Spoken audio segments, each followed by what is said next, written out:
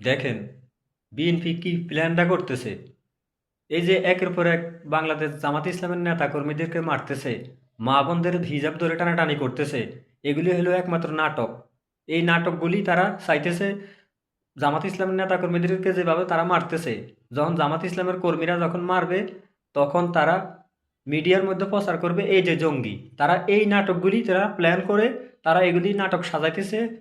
আমার জামাত ইসলামের কর্মী ভাইয়েরা, আমার জামাত ইসলামের নেতা কর্মীরা, আপনারা সাবধান হন। আপনারা এই জালেমদেরকে রুখে দেওয়ার জন্য আপনারা প্রস্তুত হন।